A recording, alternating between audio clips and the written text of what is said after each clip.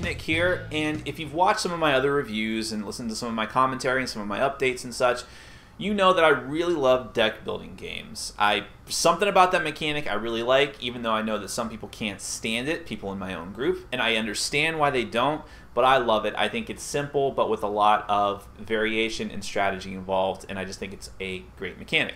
Now, if you know anything about deck builders, you know that the very first deck builder, or the very first game to really use that idea, there's probably some games that had a little bit of deck building before it, but is Dominion. Dominion is the grandfather of all deck builders, and every deck building game that has come out since has used most of the same mechanics as Dominion, but has tried to do some sort of different twist on it.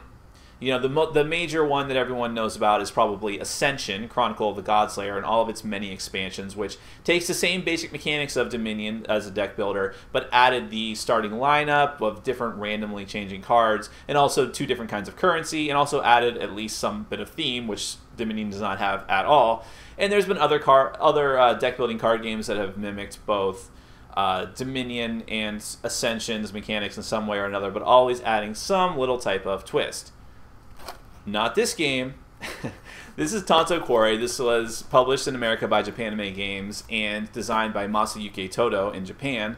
And despite its completely 180 degrees different theme than Dominion, this is the closest deck builder to Dominion, mechanics-wise, that I have ever played. And what is the theme of this game? Well, this will determine whether you continue to watch the video or not if you've never heard of this game. In Tanto Cuore, you are actually the master of a house who is employing maids and getting those maids to serve him or her in the most efficient way in order to have the best household. And of course, the maids are cute anime girls who in some cases are very buxom, and so if you're still on board, continue to watch because I will. There is more review to come. But basically, this game, theme-wise, even though it's completely different than Dominion and almost any other game I've ever played, it is still very, very similar to Dominion. And anyone who's played Dominion will feel right at home playing this game, even if that home is full of cute anime maids. So without further ado, let me show you all about the game. Then we'll come back and I'll let you know what I think about it.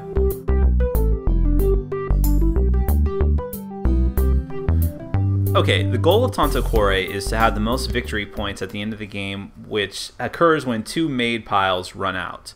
Now, the way that you're going to get the most victory points is by building a very strong deck and using it to efficiently purchase cards that are worth points and have the most at the end. This is the basic setup. You can set it up the way however way you want, but up at the top we have the different types of currency cards, which are love cards. Then we have illnesses and bad habits. We have the 2 main maids, which are basically the maid chiefs, who are going to count for victory points at the end of the game. And then we have the 10 general maids, who you're going to be able to purchase to strengthen your deck and to use to purchase victory point maids. You also have a small deck off to the side, which are private maids. And there's always going to be 2 private maids drawn randomly off the top of this small stack, which are available to purchase just like the general maids.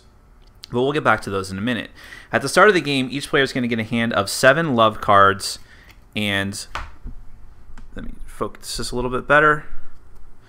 7 love cards and 3 of the Colette cards, which are a chambermaid chief.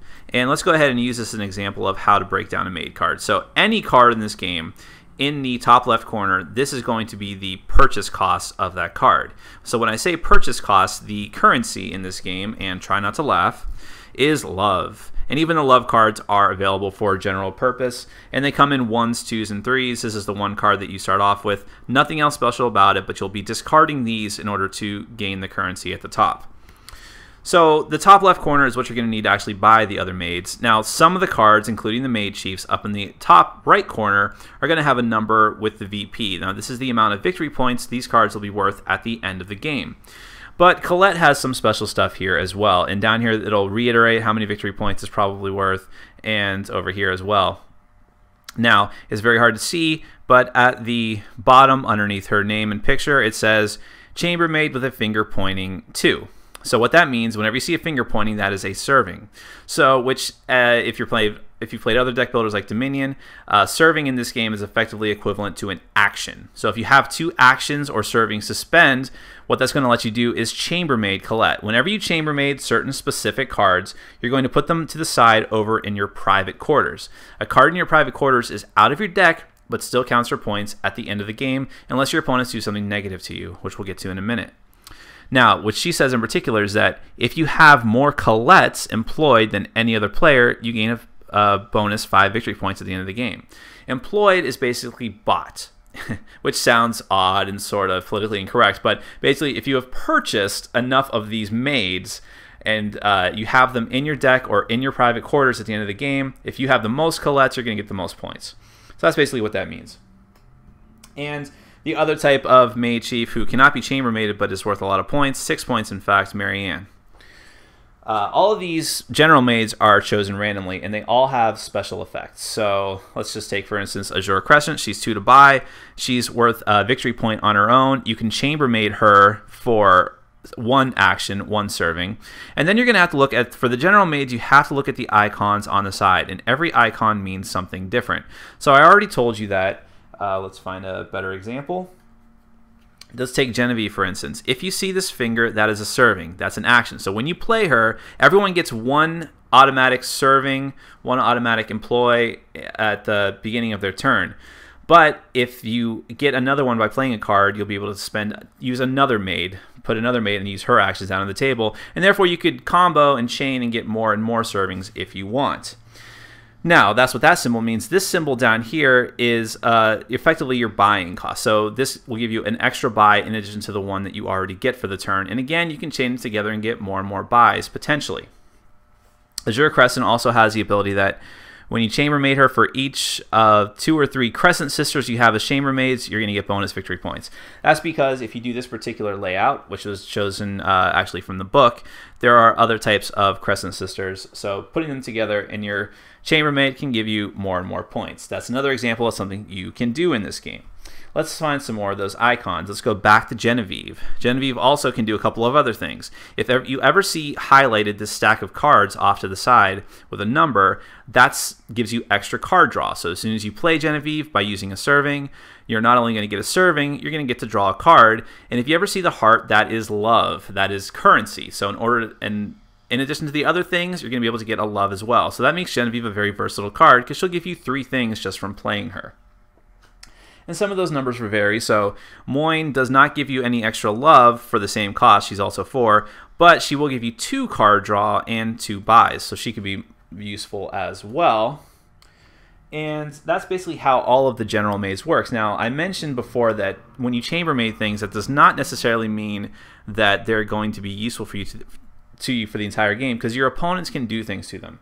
The 2 things that they can do are, first, illnesses. Now, illnesses, these cost money as well, and it's 4. They're not worth any victory points for you. However, you're basically, if you take an illness, you'll place it onto a maid in any player's private quarters. That maid is going to lose all of their special abilities and potential victory points, which can be very bad.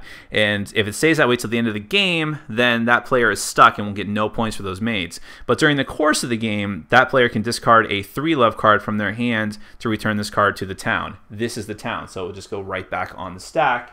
And this is an example of a 3-love card, which can be kind of hard to get because it costs 7 to buy, but it will give you 3 currency every time you play it. The other type of negative card is a bad habit, which will not actually directly affect the maids, but it costs 2, and each one of these is worth -1 victory points at the end of the game. However, if you're able to get 4 or more in one player's quarters, each of the cards is actually worth -2 victory points. So that can be very, very bad. And you have to weigh the option of attacking your opponent with those attack cards or actually just furthering your own deck. Now, one other thing we haven't talked about is the private maids, which is a separate deck of cards, which, like I said, you're going to have a random purchase potentially of 2 of them. And these always are a little more unique and unusual than other maids. First of all, when you buy one, it's going to go directly into your private quarters, which is where all of your chambermaided maids go. And you can only ever have one that's actually in play and using their ability at a time. If you buy another one, they'll still count for whatever points they're worth, but the new maid goes over the old private maid, and you're only going to get the top maid on the stack's abilities. So let's take a look at a few. Amber Twilight here costs 5, and she's actually worth -3 victory points, which sounds like a really bad thing, but she has a really cool ability. Basically, at the start of each other player's discard phase, that player must discard the top card of their deck, and if the discarded card was not a maid, then the number of cards they draw for their hand is decreased by 1. So that could be really nasty to a player. It's basically another form of attack card, but it is worth -3 points, so you have to decide whether it's worth it for you.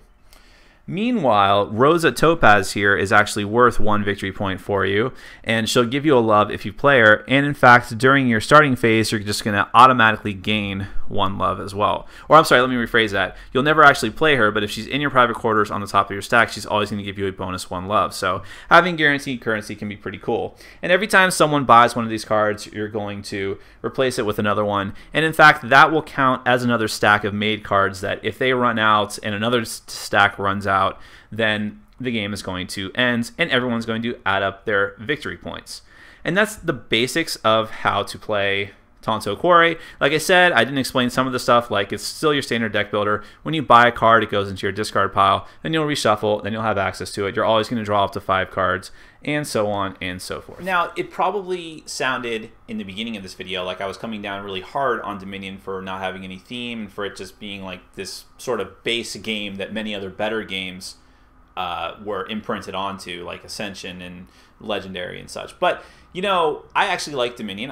There's a reason why I got into deck builders, and Dominion was the reason. But there's a reason why I didn't stick with Dominion, why it's not even in my collection anymore, and that's because even though it was a solid game, it was actually just a bland game. I felt like almost every other deck builder that I've played and enjoyed since then had a much better theme, much more interesting, got me more into the theme than Dominion ever could or ever will. You know, Dominion, I'm not going to take anything away from it. Mechanics-wise, it's a solid game, and I owe it a lot for being, like I said, the grandfather of deck-building games, one of my favorite genres of games. But nevertheless, it is what it is. It feels like this static, almost abstract game. Now, why do I like Tanto Cuore then? Because if you looked at my overview, this game is very, very similar to Dominion, and basically is Dominion re-themed with a couple of new twists on it that really aren't even that huge. Well, it's because of the theme. You know, and I'm an anime fan. I mean, you obviously know that. I'll confess that right up front. And I just find that the cards are very nice. They're very bright and colorful. I like seeing the anime characters, even though some of the maids are kind of weird. But, you know, and at the same time, I understand why that is the reason why a lot of people will either not pay attention to this game at all or will completely detest it and make that sentiment known. And in fact, people in my own group. But I always find, I think maybe a lot of this is my attachment to anime and why I think that anime has always been very misunderstood and unfairly judged, at least some of it. Some of it is fairly judged, I can't deny that. But and I think that this game is unfairly judged as well. There's nothing really weird or perverted about any of the cards in this game except what you bring to it with your own mind. And I think that actually the theme kind of works. I mean, you're employing these maids and you're having them make a better household, and maybe that works for you, maybe it doesn't. I think it's better than Dominion, and the whole of a game, even though it's essentially the same game, is much more attractive to play and therefore more fun to play, which is the most important thing for me. But let's go ahead and talk about the little twist of the game, which is chambermaiding some of your maids, which would be the equivalent of Dominion of being able to take your estates and your duchies and putting them off to the side and still having them count for points, but not clogging up your deck. I love that entire idea, and a friend of mine mentioned that one of the later expansions to Dominion actually let you do something like that, but nevertheless, it was never a part of the core game, and it is in Tanto Cuore and its expansions. And I just like that a lot. But I also like that it's not just a guaranteed points for you, because in this game, the base game at least, you're able to play attack cards, bad habits, and illnesses against your opponent's maids that are chambermaided. I think that's kind of cool because it adds another decision. You know, to me, fun games are all about decisions and having important decisions to make. And I think that you can go ahead and buy those illnesses and bad habits and put them on your opponent's maids. But the currency you're spending that turn to do that, unless you literally have nothing else to buy, which is almost never the case, you're taking that effort and that currency to do that but you're not really getting yourself ahead. But maybe it's worth it if you know that you can't do much to give yourself points on that turn, but you can jack over an opponent who you know is your closest competitor. You know, who knows? It's a very interesting little dynamic that I think was missing from the base set of Dominion, which is, I've never played most of the Dominion expansions, but that, you know, to me, I can only judge a game, a base game against a base game, and I think that Tanto Cuore shines over Dominion in that regard. It has the same faults that Dominion has, and that's that, and what a lot of deck builders have, and that's that you essentially can feel like you're playing solitaire. And I will say that some bad sides to Tanto Cuore in particular, while I did say that the cards are very attractive, and the card artwork, to me at least, is very attractive, the actual type on the cards is awful. It's way, way too small. And I don't know if that's something that's just kind of lost in the localization from the Japanese game to an American game. Like, it's basically just a straight port from what I understand. And maybe Japanese text that small would have been much easier to read, but it really doesn't work with the English text that well. It's very small, very hard to read, especially when there's sometimes some text above the picture of the card where it says like Maid Chief or General Maid Chief that you really have to pay attention to, but you really have to focus in and try to find that. It's not something that pops out at you right away. I would say that's a significant fault to the game, and they haven't really changed that over the course of 2 other expansions. But you know, and it can be a problem. I mean, it can be a legitimate problem for people in my group who don't have the best vision and who want to be, and when we want to play quickly and we want to be able to just glance at the cards and know what they do, which isn't always the case. Sometimes it's hard to tell the maids apart because they're all cute anime girls and we don't remember what exactly each one of them does without having to pick up the card and read it. So that can be a problem. And the iconography too. I'm not a big fan of just having the iconography. I think it looks attractive. Again, it can look cool, but especially when you're trying to teach new players, it can be very confusing for them. Trying to, what does the pointing finger mean? And a stack of cards, does that mean draw? Well, why doesn't it just say draw? You know, that I have a problem with too. But those, I would say, are little nitpicks to the game. I think that the base game is still solid. It still has what I like about deck builders, and it still has what I don't like about some other deck builders, which is an awful theme. So, but again, whether or not you're interested in this game isn't as much dependent on whether or not you like deck builders, but on whether or not you're going to be able to stomach the theme. I think that if you're an anime fan, you don't have a lot of options for board games and card games, sadly, unless you just want to play CCGs based off of bad anime. You know, you don't have a lot of options for really serious, hardcore strategic games, and so you should definitely consider Tanto Cuore. If you really have a problem with the theme, I can't recommend the game to you because mechanics-wise, it is just so similar to other deck builders, especially Dominion. But what can I say? I have a soft spot for this game and its expansions. I really enjoy it, and I try to get people in my group to play it all the time. Hopefully, they're not too annoyed with me for that. But in any case, that is Tanto Cuore from Japanime Games. I urge you to check it out if you're interested in it. And this is Nick. This has been Board Game Brawl, reminding you to get out there and game every day and in every way. Take care.